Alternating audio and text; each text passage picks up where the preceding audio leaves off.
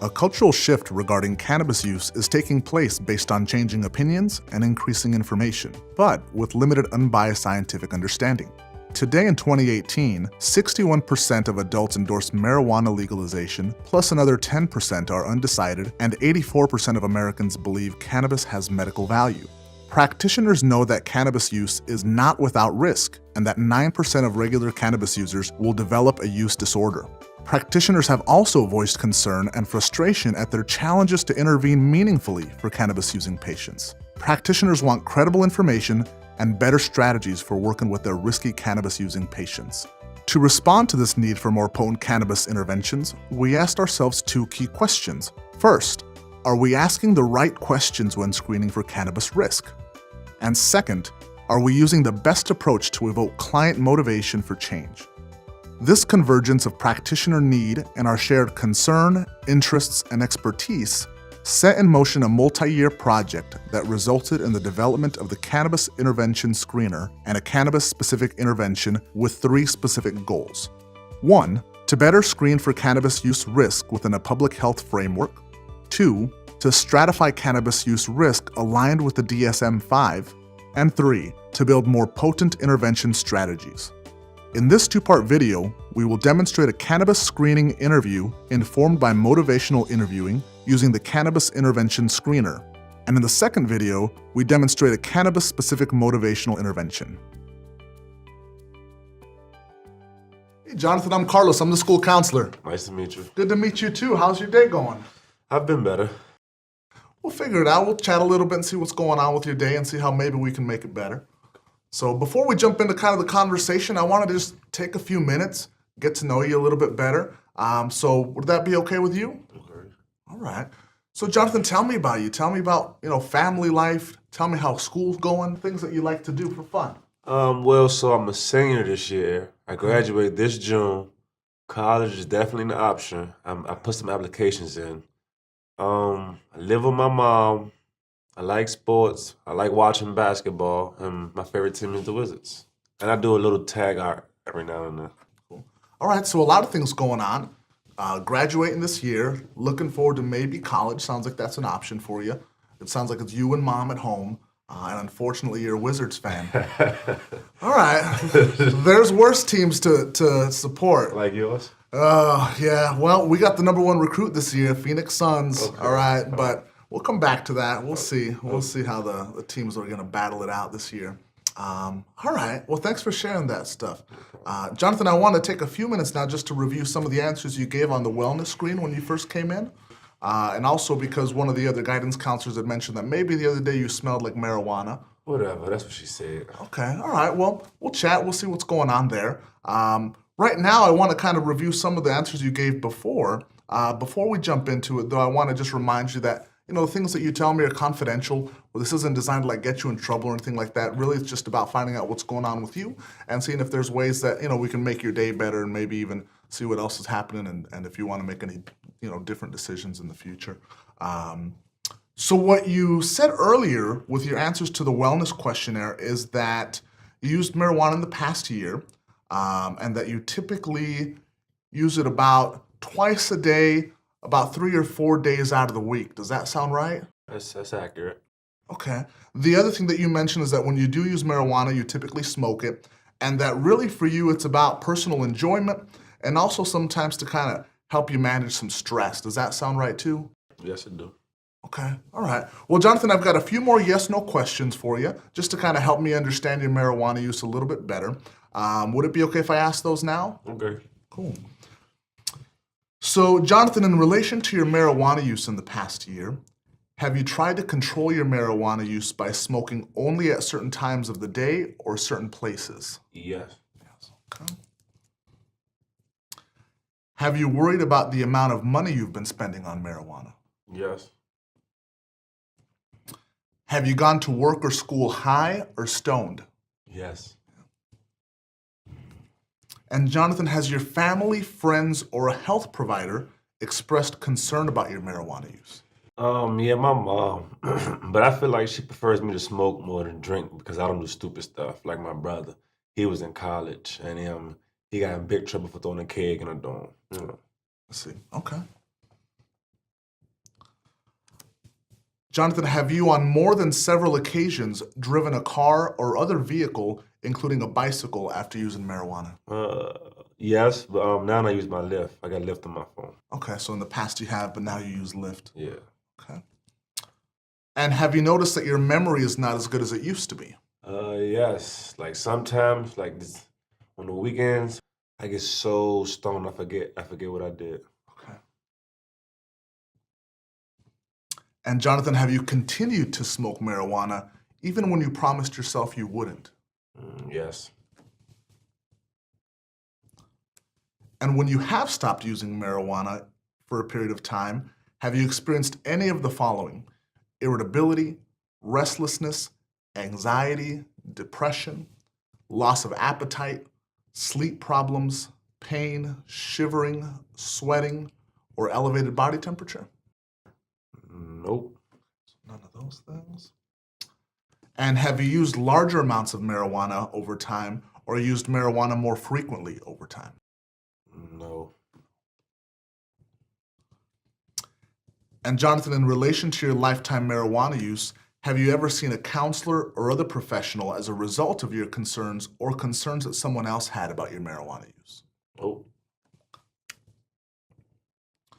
All right, Jonathan, that's all the questions I have for you. Thanks again for being so open about, what's going on with your marijuana use. I'll want to review these in a little bit more detail again, just to see how it's working for you. But we'll get into that here in a minute. Okay.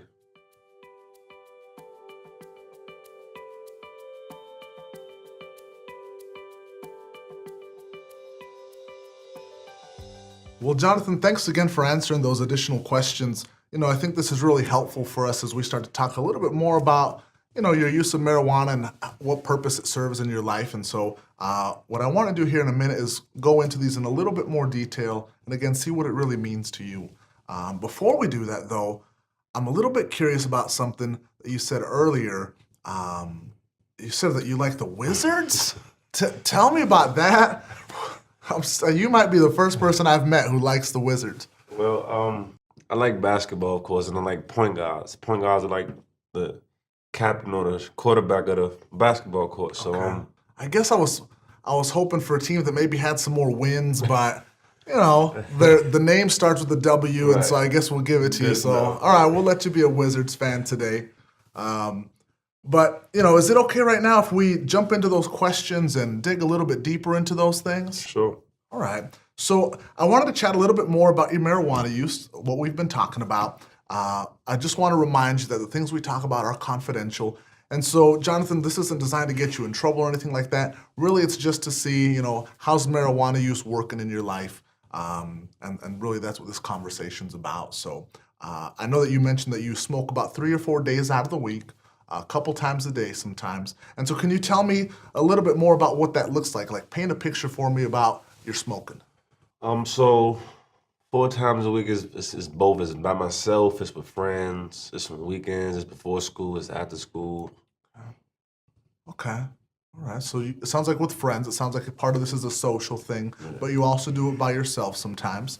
All right. So, you mentioned a couple things, and so I'm curious if maybe we could talk about some of the good things that you see in your marijuana use. So can you tell me about, what are those positive things that you see that happen because of your weed smoke? Yeah, the positive is it's relaxing. It makes me feel good. It takes me away from stuff that I don't remember. It brings up good memories. It takes away the bad ones. It's even when I argue, like when I argue with my mom, like I just feel good. Okay. So it blocks the negative stuff away. Yeah. All right. So stress relief is something that's important to you and that it does for you. It also sounds like maybe it's something that you and your friends bond over, and you can just kind of have a good time when you're high and been smoking. You get some more laughs. All right. That makes sense. So, what about some of the not so good things, Jonathan, that happen when you smoke? But okay, for one, it eats away. It just takes a lot of my money. Okay.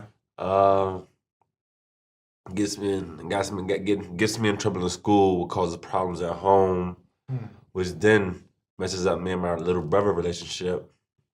He's become more distant since I started getting in trouble for marijuana. So a few different things in terms of relationships. It sounds like, It's maybe created some tension between you and mom. It's also maybe created some distance between you and your younger brother. And it sounds like maybe you're wanting to be a positive role model for your younger brother, and right now maybe that's creating some conflict. Okay. Yeah. All right. So Jonathan, on the one hand, it helps kind of block some of those negative emotions. It helps you bond with your friends when you guys are smoking together. On the other hand, it's kind of costly. It's maybe a little bit more expensive than you'd like. It's starting to create some tension between you and your mom, between you and your brother, and also maybe interfering with some of your schoolwork. Does that sound right? Yeah, and the money's probably not that bad, but the school stress and the arguing with my mom, that's getting old. Okay. So those are kind of the main things is the family connections Yeah. and also the school stuff. All right. Well, and thinking about that, Jonathan, I'm wondering if right now might be a good time for me to tell you a little bit about some of the things that we do know about marijuana use in young people. Sure. All right. So before we start with that, I want to let you know that there's a lot that we don't know about the impact of marijuana use on young people, and that because of that, sometimes the safer bet is for folks to maybe consider not using marijuana. But what we do know is, and I'd like to use this sheet to kind of have this conversation. We won't focus too much on the front page. This is called the marijuana information sheet. But I want to look at the second sheet over here, specifically in this section that says, what do studies show about casual use? And so the first bullet here really reminds me of some of the things that you've been saying right now. One of it says that THC can disrupt focus, working memory, decision making, and motivation for 24 hours after use. And so you mentioned that maybe it's caused some conflict with you and your mom because of the schoolwork and maybe not really, getting as much done as you used to, and then also getting in trouble at school. And so thinking about that and some of these other negative consequences that you've been experiencing, what comes to mind in terms of how marijuana is working for you? Like reading it is like now it makes sense. Like, cause I just thought after I smoke, who wants to do homework after they come home? They just want to chill. But like reading it and understanding, like this is the reason why. So Sounds like maybe before you hadn't connected the two things of motivation with the marijuana use, and now that you're seeing kind of there may be some connection there. Okay. All right. Well, Jonathan, there's that. I'm going to give this to you to take home with you. But I also want to talk about this motivation that you're talking about, where you're starting to connect things, put things together that maybe you hadn't put together in the past.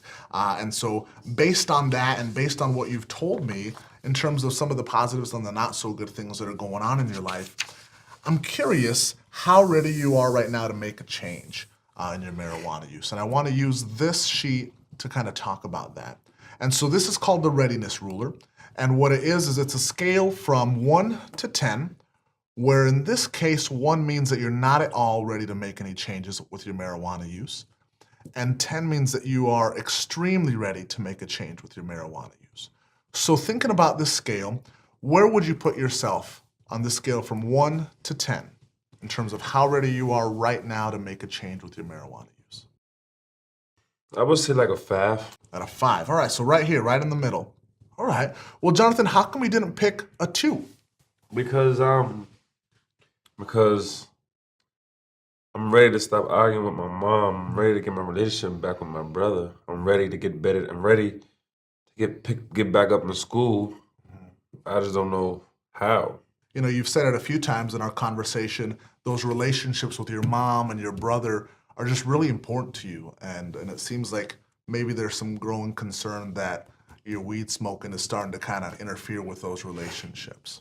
All right. Well, that being said, what I want to talk about what that change looks like in real life for you, right? And so thinking about, what is one thing, Jonathan, that you could do or that you'd be willing to do right now to start to change your marijuana use?